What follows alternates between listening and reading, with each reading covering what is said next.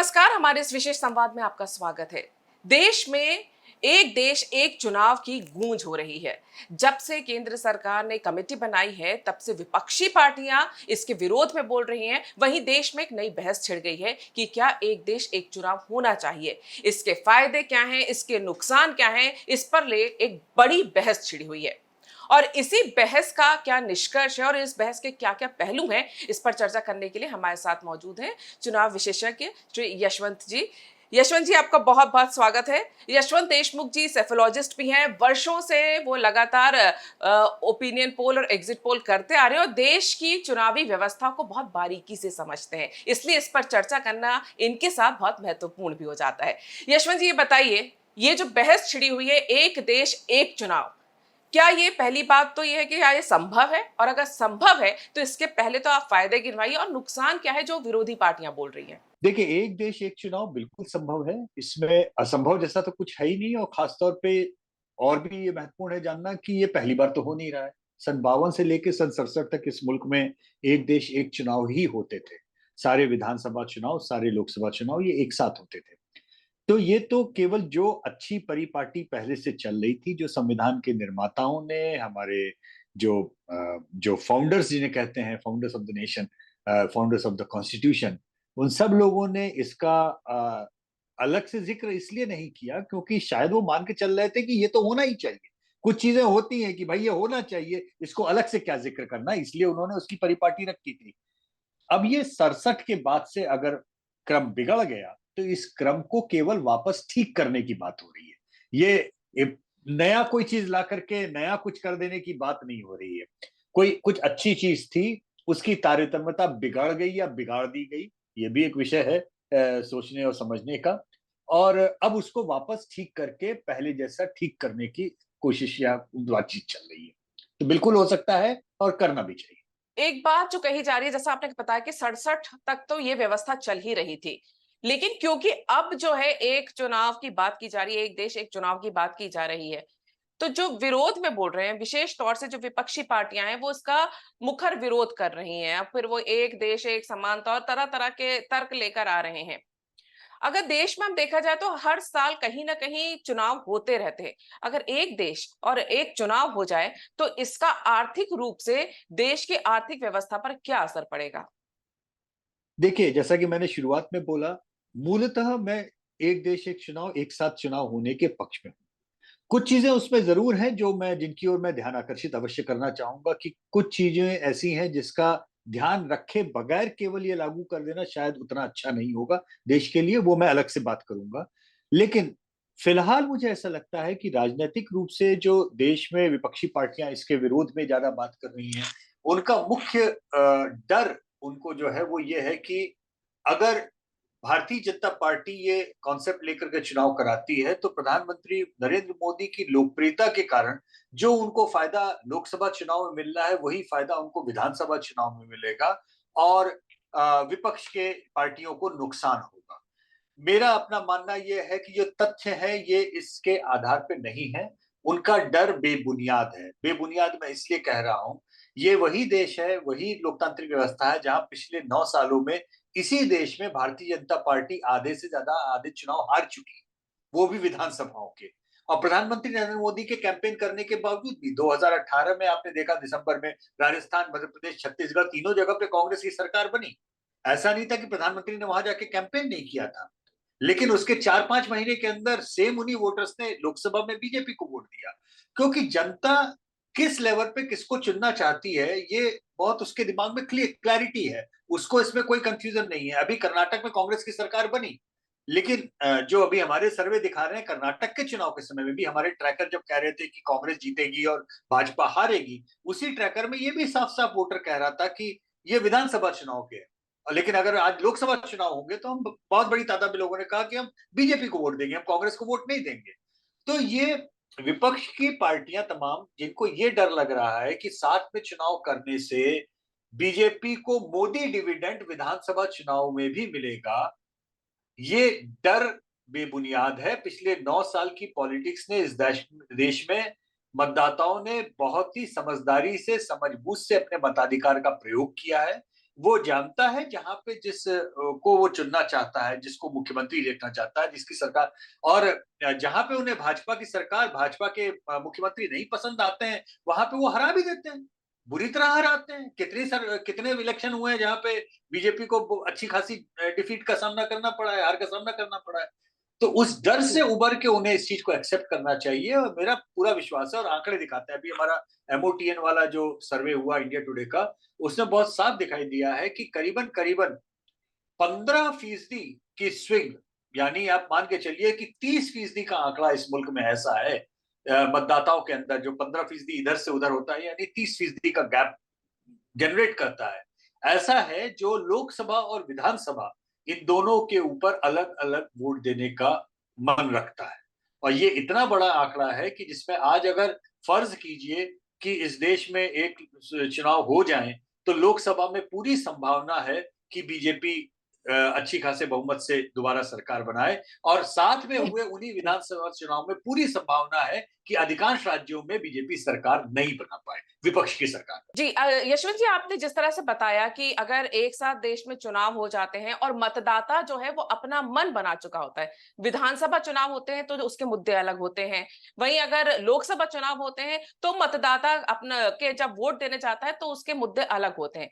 एक देश एक चुनाव जब होगा, आप क्योंकि सेफोलॉजिस्ट भी हैं, ओपिनियन पोल एग्जिट पोल सब करते हैं, मतदाता के मन को टटोलते हैं, तो क्या ये संभव है कि कंफ्यूज रहे थोड़ा सा मतदाता एक साथ जब चुनाव आते हैं कि विधानसभा लोकसभा की एक तरफ अगर वो किसी और पार्टी को वोट देना चाहता है विधानसभा में, लोकसभा में किसी और को देना चाहता है, क्या वो कंफ्यूजन की स्थिति भी मतदाता में पैदा हो सकती है? मुझे नहीं लगता, यही मैं कहना चाह रहा हूं।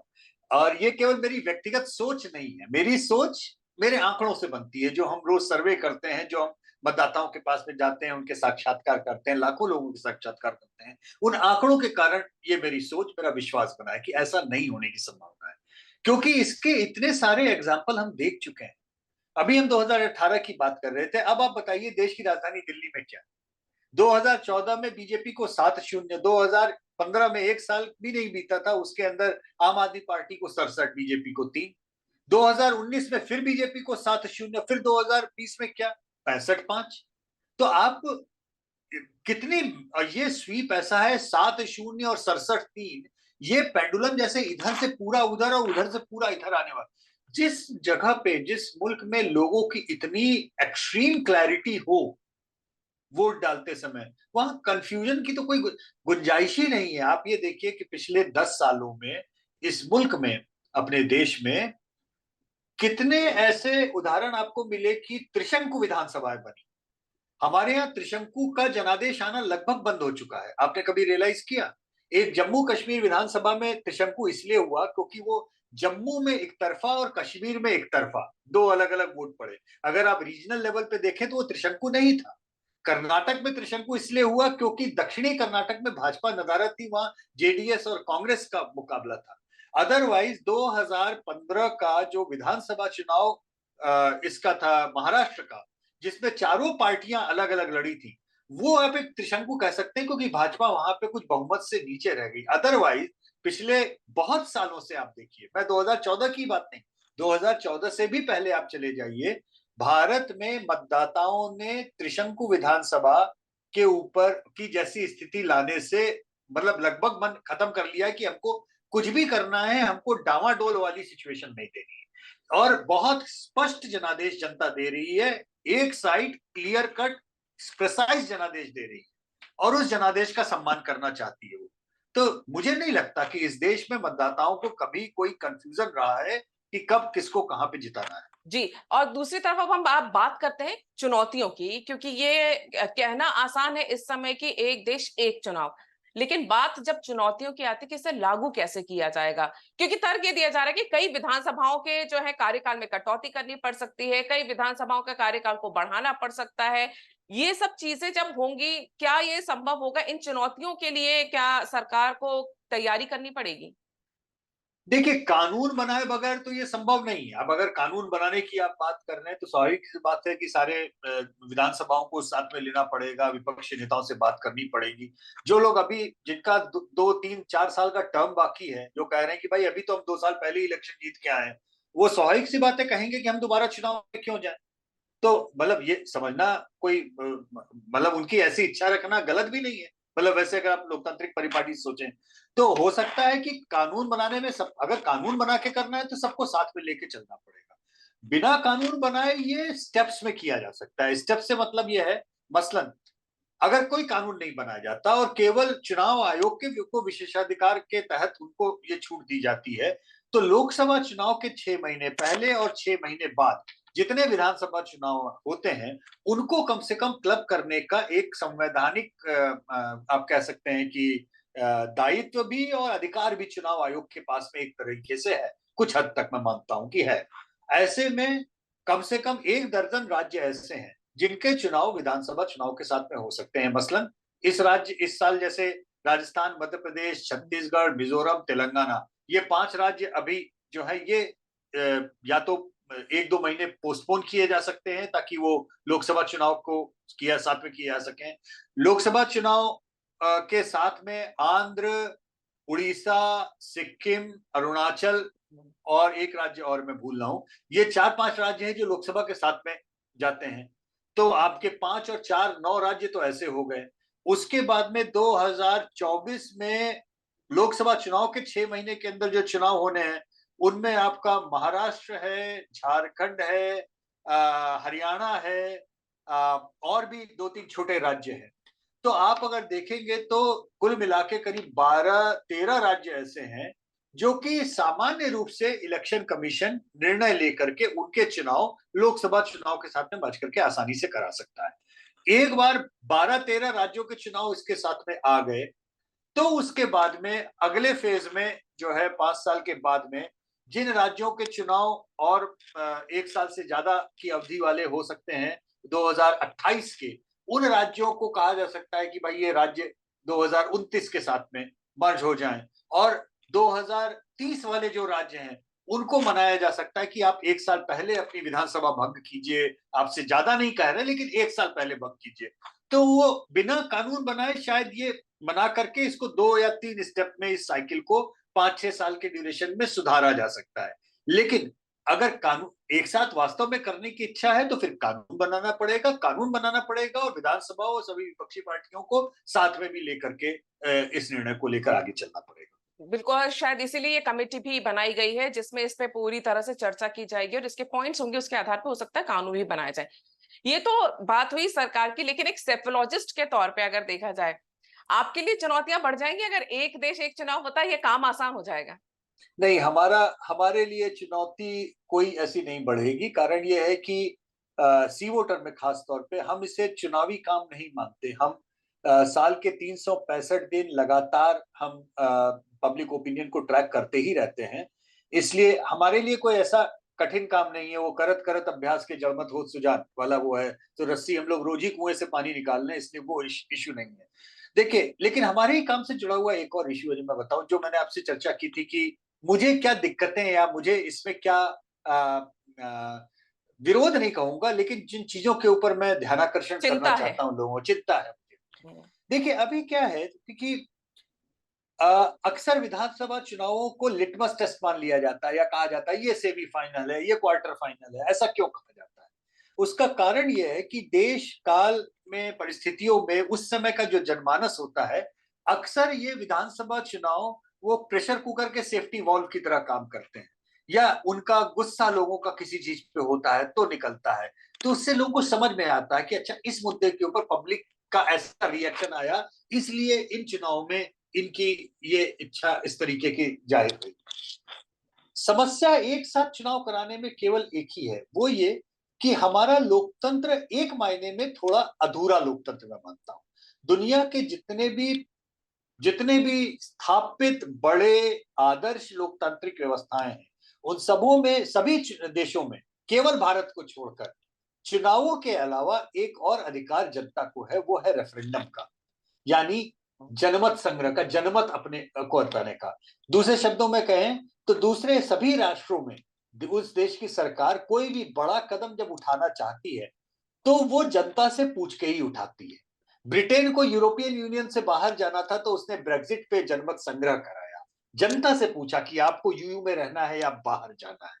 आप अगर अमेरिका में जाएंगी, जहां हम लोग अभी काम कर रहे हैं, आपको आश्चर्य होगा कि हर चुनाव के साथ में मतलब आपको 30-30, 40-40 पेज तक के बैलेट मिलेंगे। वहां पे छोटी से छोटी चीज भी जनता से पूछ के करने का ही प्रावधान है। वो वोट पे जाता है। वो यहां तक जाता है कि शहर में ये चौराहा बनना चाहिए कि नहीं बनना चाहिए, कि इसके ऊपर फ्लाईओवर बनना चाहिए, वो भी जनता से चुनाव के समय पूछा जाता है। तो मेरा मानना यह है कि एक अपने यहाँ पर लोकतांत्रिक व्यवस्था में एक गलत पद्धति है। गलत पद्धति यह है कि जब हम या आप किसी को वोट देते हैं, तो पहली बात तो वोट हमारा वेस्टमिंस्टर फॉलो सिस्टम फॉलो करने के लिए हम एमपी या एमएलए चुनते हैं। लेकिन हमारे दिमाग में क्या चल रहा होता है कि हम प्रधानमंत्री या मुख्यमंत्री किसको बनाएंगे। और वोट देने के बाद में वो बंदा या बंदी 5 साल के लिए गधे के सर के सींग की तरह गायब हो जाता है। पिछले इतने वर्षों में आपको आश्चर्य होगा, सरकारें कोई आए या जाए, regardless of party, regardless of the state, इस मुल्क में 2/3 तकरीबन एमएलए, सिटिंग एमएलए और सिटिंग एमपी चुनाव हार जाते हैं। क्यों हार जाते हैं? क्योंकि वो लोगों की आकांक्षाओं पे खरा नहीं उतरते। उनको लगता है लहर आ गई, हम चुनाव जीत गए, हमारा काम हो गया, 5 साल के लिए फुर्सत। तो जनता का दुख दर्द देखने कोई नहीं आता। उसी तरीके से सरकारें भी बड़े और महत्वपूर्ण निर्णय लेती है, ये कह करके कि जनता ने हमको वोट दिया है और जनता के बिहाफ पे हम ये काम कर रहे हैं। मसलन बहुत छोटी सी चीज आपसे पूछ रहा हूं, वन जी नेशन वन इलेक्शन ही सही, ये होना चाहिए कि ये नहीं होना चाहिए, ये जनता से पूछना क्यों नहीं जरूरी है? ये बिल्कुल। सरकारें या नेताओं को या मंत्रियों को किसने इस बात का अधिकार दिया कि आप जनता से पूछे ही ये निर्णय ले लें? अधिकांश जनता हमको मालूम है कि वो चाहती है कि ऐसा हो, ठीक है, लेकिन पूछने में क्या गुरेज है? इतना बड़ा निर्णय है, आप इसके ऊपर जनता से जनमत कराइए, आप रेफरेंडम कराइए और जनता बोले हाँ करना है तो कर लीजिए। इसी तरीके से यूनिफॉर्म सिविल कोड, ये होना चाहिए कि नहीं, जनता से पूछने में क्या बुरा है? इतना बड़ा निर्णय है, देश का संविधान बदलने का निर्णय है, जनता से क्यों नहीं पूछा जाना चाहिए? और ये आपको आश्चर्य होगा कि बड़े स्थापित लोकतांत्रिक देशों में भारत अकेला एकमात्र एक देश ऐसा है जिसमें यह व्यवस्था नहीं है। तो वन नेशन वन इलेक्शन होना चाहिए, लेकिन उसके साथ में जनता को लोकतांत्रिक तरीके से रेफरेंडम का भी अधिकार मिलना चाहिए, ताकि महत्वपूर्ण मुद्दों पर देश के प्रदेश के जो शासक हैं, वो जब कोई महत्वपूर्ण निर्णय लें, तो निर्णय लेने से पहले जनता से जाके पूछें कि क्या निर्णय हम लें या नहीं लें, हाँ या नहीं। इलेक्शन कमीशन या कोई भी इसको कराने में बहुत सक्षम है, बहुत आसानी से होते हैं रेफरेंडम्स में। कोई ऐसा वो नहीं है कि प्रक्रिया की, ज्यादा रेफरेंडम यस और नो के होते हैं कि आप ऐसा करना चाहते हैं या नहीं, हाँ या नहीं। उसमें आप किसको वोट देंगे, कौन कितना जीतेगा, किसके कितने एमपी, कितने एमएलए बनेंगे, कौन सरकार, ये सब चकल्लस तो है नहीं उसमें, साधारण सी चीज बिल्कुल। है। तो ये एक लूप होल है अपनी लोकतांत्रिक व्यवस्था में, जिसको मैं चाहता हूं वन नेशन वन इलेक्शन के साथ में ये अधिकार भी साथ में मिले, ताकि कल के दिन जनता की भागीदारी पूरी हो। ऐसा ना हो कि देश की सारी 30 विधानसभा, लोकसभा, सबके चुनाव तो हो गए एक साथ, इसके बाद में 5 साल तक पूरा सन्नाटा है, क्योंकि 5 साल तक ना कोई मुख्यमंत्री जनता के पास में जा रहा है, ना कोई प्रधानमंत्री जा रहा है, ना मंत्री, ना एमएलए, ना सांसद, कोई जनता की बात को पूछने, उनकी किसी राय को लेने के लिए जा ही नहीं रहा है। हर कोई ये कह रहा है जनता ने हमको वोट दिया, अब हम ये निर्णय लेने के लिए स्वतंत्र हैं। लेकिन क्या जनता आपको 10,000 निर्णय पूरे सोच के देती है कि आप ये निर्णय लीजिए हमारे बिहाफ पे? ऐसा नहीं होता है। इसलिए ये एक बहुत महत्वपूर्ण हिस्सा है। मुझे लगता है कि लोकतांत्रिक व्यवस्था को और ज्यादा मजबूत करने के लिए हमें वन नेशन वन इलेक्शन भी करना चाहिए, और रेफरेंडम का सिस्टम, उसका अधिकार, राइट टू रिकॉल वाले पे आपने देखा ना कितनी बहस हुई, बिल्कुल। है जी ना? तो जनता को राइट ऑफ रिकॉल का के ऊपर हम जब तैयार है सैद्धांतिक रूप से कि जनता को ये होना चाहिए, तो जनता को रेफरेंडम का भी अधिकार मिलना चाहिए। बिल्कुल, रेफरेंडम का अधिकार मिलना चाहिए। हालांकि यूजीसी के लिए कमिटीज बनाई गई हैं, लेकिन कमिटी के अलावा उसमें जनता की डायरेक्ट भागीदारी की जो आप बात कर रहे हैं वो काफी महत्वपूर्ण है। यशवंत जी, आपने हमारे लिए समय निकाला और ये पूरी चर्चा की, इसके लिए बहुत बहुत धन्यवाद। बहुत बहुत धन्यवाद।